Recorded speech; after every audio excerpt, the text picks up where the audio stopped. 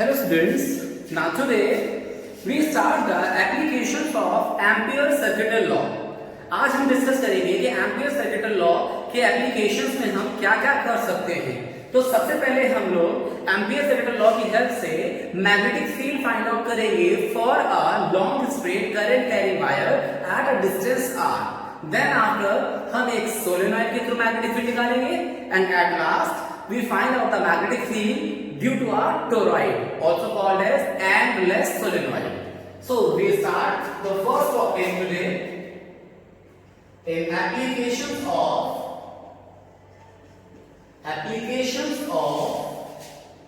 Ampere's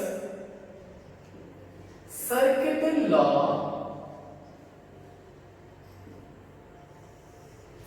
So the first application is magnetic field due to a long straight current carrying wire. So हम लोग यहां पर एक long straight current carrying wire की वजह से मैग्नेटिक फील्ड निकालने जा रहे हैं। तो सबसे पहला काम ये होगा हमारा कि हम सबसे पहले एक long straight current carrying wire consider करेंगे।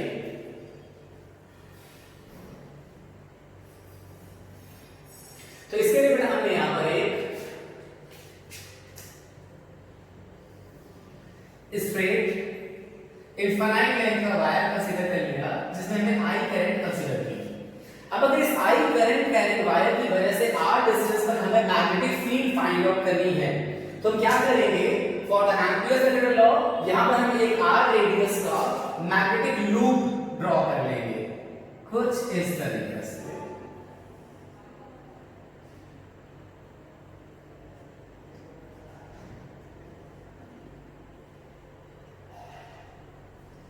यहां हमने एक r रेडियस का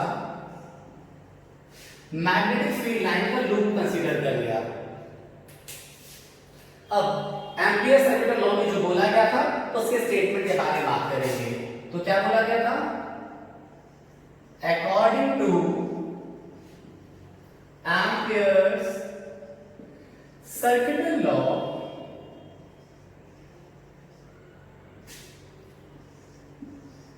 the closed line integral of magnetic field is always equal to mu naught times the current enclosed by that magnetic loop. अब अगर फ्री स्पेस में है, air में है, वैक्यूम में है तो ये एप्लीकेबल है। अब अगर यहाँ पे हमने एक लाइन सेगमेंट डीएल की बात करी है तो यहाँ पर हम छोटा सा एलिमेंट्री पोर्शन डीएल कंसीडर कर लेते हैं।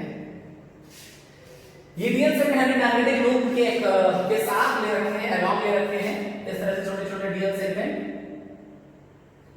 सो डीएल सेगमेंट यहां पर मैग्नेटिक फील्ड के अलोंग रिप्रेजेंट हो जाएगा तो एंगल बिटवीन देम 0 हो जाएगा। We can say that now close integral of b bl cos 0 is equal to mu naught times of I. When cos 0 is equal to 1 and at r distance the magnetic field is constant तो हम कह सकते हैं b को हमने बाहर कर दिया और इस bl को पूरी लेंथ के लिए पूरे सर्कल करंट के लिए जिसका रेडियस r था के लिए इंटीग्रेट कर दिया। Another side mu naught times of I represent कर दिया। हमें मालूम है अगर इस रियल सेगमेंट को हम पूरे लूप के लिए इंटीग्रेट कर देंगे तो हमें सर्कल करंट मिल जाएगा। So it will become b into 2 pi r is equal to mu naught times of I. Now again 2 pi r को हम इक्वलिटी के अंदर साइड रिप्लेस कर देंगे तो it will come that is b is equal to mu naught upon 2 pi I by r. Now we know that the standard format is mu naught upon 4 pi. So for the standard format we multiply by 2 and divided by 2 also. So the expression will become b is equal to mu naught upon 4 pi 2I by r. ये आ गई magnetic field due to a long straight current carrying wire at a distance r with the help of Ampere circuital law. तो Ampere circuital law की help से करने पर इस shortcut method से ये डिराइव हो गया। अगर हम लोग यहाँ पर ampere circuital law law apply ना करते, with the help of bio-Savart's law को डिराइव करते, तो यही मेथड लॉन्ग मेथड हो जाता है। अब हम लोग second application of Ampere circuital law के बारे में बात करेंगे, जिसमें हम मैग्नेटिक फील्ड निकालेंगे due to a long straight current carrying solenoid. तो बेटा लॉन्ग स्ट्रेट सोलेनॉइड का मतलब ये हो गया कि वो सोलेनॉइड की लेंथ ज्यादा होगी। तो इससे पहले बात करेंगे सोलेनॉइड होता क्या है। बेटा जब किसी हम वायर को, किसी मेटल के वायर को कॉइल के फॉर्म में कन्वर्ट करते हुए एक लेंथ प्रोवाइड कर देते हैं, तो वो एक सोलेनॉइड बन जाता है। जरा देखिएगा कैसे वर्क करता है वो। तो अब हम यहां पर एक सोलेनॉइड बनाने जा रहे हैं और सोलेनॉइड की वजह से मैग्नेटिक फील्ड फाइंड आउट करेंगे। बहुत ध्यान से देखिएगा।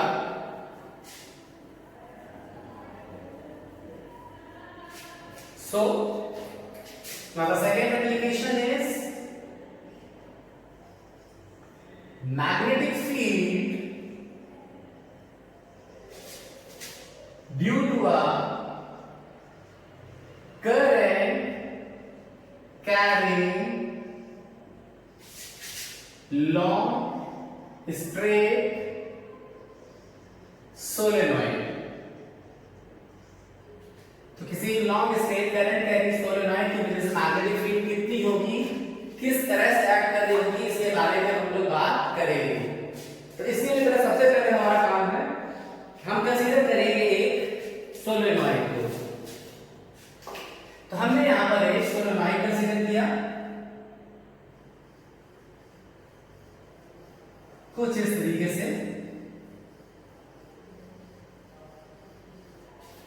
Like this. मैंने कहा जो लेंथ ऑफ सोलेनॉइड थी वो थी L,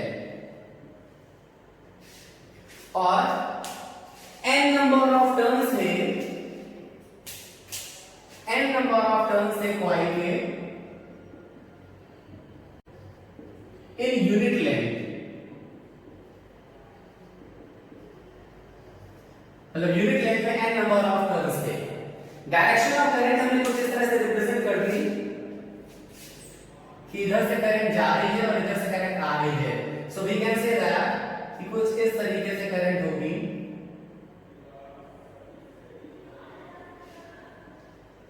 दैट मींस अगर हम अप साइड बात करें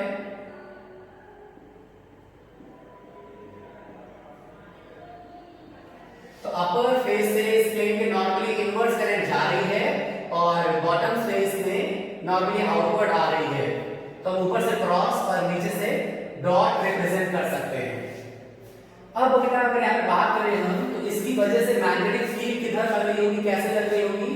तो जिस तरह से राइट हैंड थंब रूल में हम थंब को अगर डायरेक्शन ऑफ करंट से रिप्रेजेंट करते हैं और फोल्डेड फिंगर्स को direction of magnetic field loop से, तो इसको हम वाइस वर्सा भी यूज कर सकते हैं कि if folded finger shows the direction of current then thumb shows the direction of magnetic field, that means thumb can be represented by the north pole.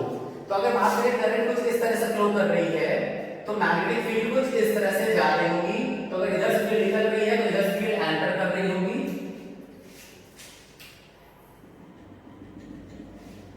In such a manner कि इधर field हो रहा होगा north pole और इधर से field हो रहा होगा साउथ पोल।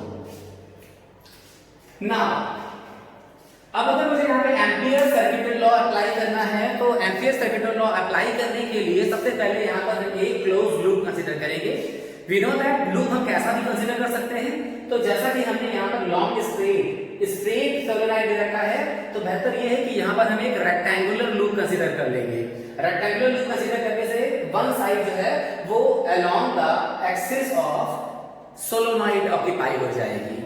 तो कुछ इस तरीके से होगी, जरा देखिएगा।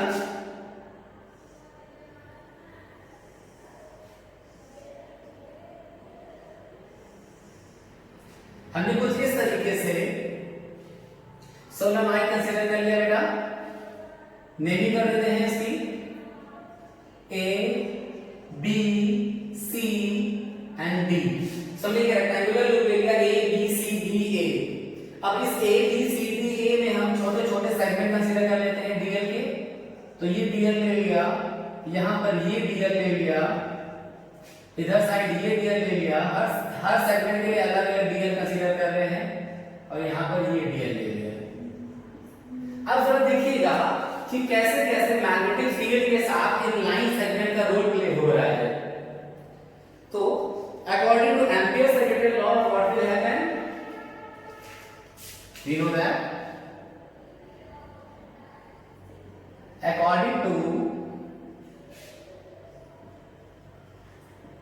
Ampere's circuital law, the closed line integral of B dot dl, the closed integral of magnetic field is always equal to mu naught times the current enclosed. अब ये देखना है कि करंट कितना एनक्लोज हो रहा है, तो हमने जब A B C D A ये रेक्टेंगुलर लूप बनाया था तो हमने क्या देखा था, इस लूप की वजह से जितने भी सर्कुलर टर्न्स हैं सबके सब इस रेक्टेंगुलर लूप में ऑक्यूपाई हो गए हैं। अब आई करंट अगर वायर में फ्लो कर रही है तो हर एक लूप, हर एक circular loop I current occupy कर रहा होगा। अब बात ये है कि कितने नंबर ऑफ सर्कुलर लूप्स इस रेक्टेंगुलर लूप से ऑक्यूपाइड है। n number of turns unit length में थे तो टोटल नंबर ऑफ टर्न्स कितने हो जाएंगे, n into l। अब अगर टोटल नंबर ऑफ टर्न्स हो गए n into l, तो अगर एक लूप में करंट i ऑक्यूपाई हो रही है तो nl टर्न्स में कितनी करंट ऑक्यूपाई हो जाएगी, nli।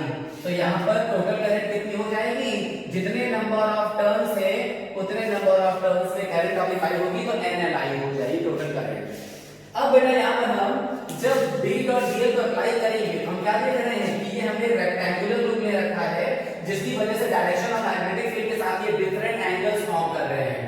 तो अब यहाँ पर हम B डॉट dl को इस रेक्टेंगुलर लूप के फोर साइड के साथ स्प्लिट कर देंगे।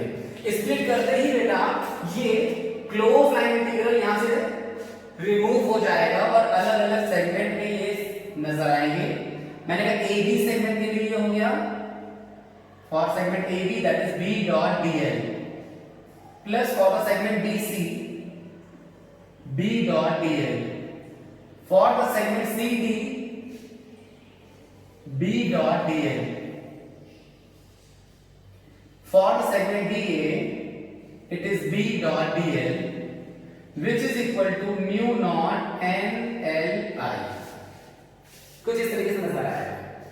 हम यहाँ AB सेगमेंट को अभी डिस्टर्ब नहीं किया, हम बात कर रहे हैं BC के लिए, CD के लिए और DA के लिए। तो देखिएगा BC सेगमेंट में DL सेगमेंट लग रहा है y एक्सिस में, पॉजिटिव y एक्सिस में, और मैग्नेटिक फील्ड जा रही है नेगेटिव x एक्सिस में। That means angle between them 90 degree आ रहा है।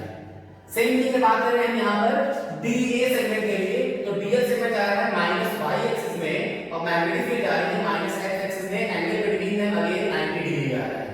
For the segment CD, line segment और मैग्नेटिक फील्ड दोनों ही माइनस x एक्सिस की तरफ जा रहे हैं, that means angle between them 0 हो जाएगा।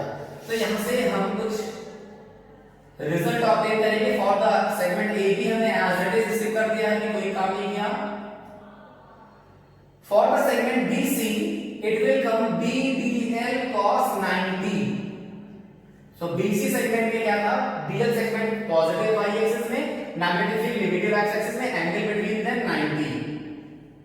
Now for the segment CD segment में दोनों अलोंग हो गए थे, एंगल बिटवीन देम 0 हो गया था, B dl cos 0।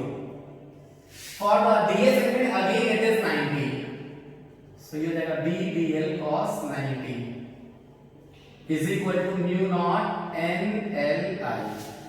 Now the cos 90 will become 0, cos 0 will become 1, so the expression will become, for segment AB it is as it is B dot dl, plus this one will become 0, this one will become 0, now it will become B dl for segment CD is equal to mu naught n l I। ये segment हमें यहां से मिल गया। अब एक काम करते हैं, फर्दर सॉल्व करने के लिए हम थोड़ा सा इधर साइड रब कर देते हैं, तो इसको रब कर देंगे यहां से।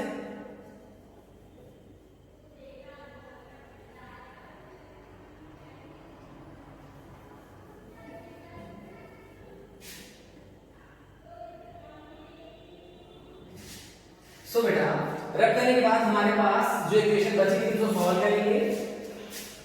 This one is for segment AB, this one is B dot dl, plus for segment CD it is B dl, which is equal to mu naught n l I। Now, by the practical observations, we observe that the magnetic field parallel to its axis just near the solenoid is always 0। अब देखिए ये 0 होती है, that means ये AB segment पर तो by practical observation क्या हो जाएगी, 0 हो जाएगी। चलिए ये तो इस यहाँ पर बता रखा है, पर मेरा क्वेश्चन क्या आता है कैसे, what is the reason behind it that कि हम magnetic field near the axis of solenoid parallel to the solenoid 0 ले लेते हैं, क्यों? तो बेटा इसका आंसर ये है कि अगर हम यहाँ पर लॉन्ग स्ट्रेट सोलेनॉइड लेते हैं तो जो मैग्नेटिक फील्ड इसके अंदर होती है वो ऑलमोस्ट स्ट्रेट हो जाती है, और magnetic field always form a close loop. अगर मैग्नेटिक फील्ड हमेशा क्लोज लूप बनाती है तो ये जो स्ट्रेट मैग्नेटिक फील्ड फॉर्म हो रही है इसको लूप कंप्लीट करने के लिए बहुत लार्ज रेडियस कवर करना पड़ेगा, तब जाके ये लूप कंप्लीट करेगा। ऐसे में जो मैग्नेटिक फील्ड लाइंस होंगी वो बहुत दूर से होकर जाएंगी, कोई भी मैग्नेटिक फील्ड लाइंस इस सोलेनॉइड क्लोज होकर पास नहीं होगी। ऐसे में सोलेनॉइड के थ्रू उसके near about magnetic field by practical observation 0 आएगी। सो दैट इज यहां पे हमने एक ही सेगमेंट में मैग्नेटिक फील्ड क्या कर दिया, 0 कर दिया। तो मैग्नेटिक फील्ड 0 होते ही ये सेगमेंट यहां पर 0 हो जाएगा। Then what is the result will come, अब अगर ये भी 0 हो गया तो हमारे पास बचा केवल BDL is equal to mu naught MLI। Now inside the solenoid the magnetic field is almost straight, और स्ट्रेट मैग्नेटिक फील्ड से बनती है तो उसे हम लोग यूनिफॉर्म मैग्नेटिक फील्ड बोलते हैं। हमने बाहर कर दिया, DL को हम यहां पे इंटीग्रेट करेंगे पूरे लाइन सेगमेंट AB के लिए, सॉरी CD के लिए। तो जब CD लाइन सेगमेंट में इंटीग्रेट करेंगे तो ये हो जाएगा L मिल जाएगी। दैट मींस अब एक्सप्रेशन हमारे पास क्या बचेगा, बहुत ध्यान से देखिएगा कि स्टेप बाय स्टेप कर रहे हैं हम लोग चीजों को। Then what will come out, the result will come out like B।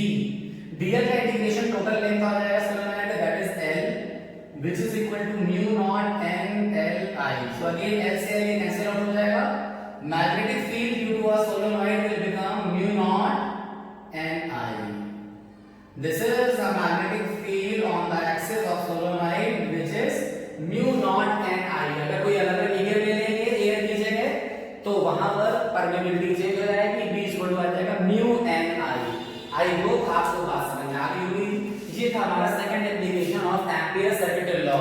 In the next lecture we cover the third application of the Ampere circuital law, and हम इसके साथ एक और जगह इसको अप्लाई करेंगे for a hollow cylinder cross section in which I current flows. तो ये दो एप्लीकेशन हम लोग इन नेक्स्ट लेक्चर कवर करेंगे। आज के लिए इतना ही। Thank you class.